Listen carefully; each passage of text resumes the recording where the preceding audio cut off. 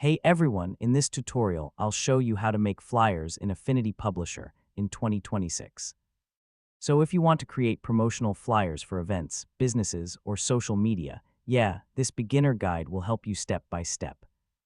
First, open Affinity Publisher official website or launch the app on your PC. Once it opens, you'll see the main publishing workspace. Next, click New Document and choose your flyer size. So A4 letter size works well for most flyer designs. Now create the flyer background using colors, shapes, gradients, or images. I mean, strong visuals help grab attention quickly. So use the text tool to add headlines, event details, prices, or contact information. Make the main title large and easy to read. Next, align your text and images properly using guides and alignment tools.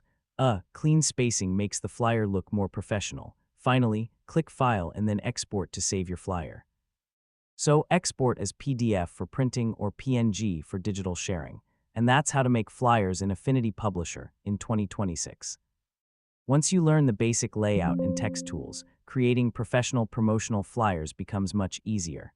If this guide helped you, feel free to check out more desktop publishing tutorials. Hey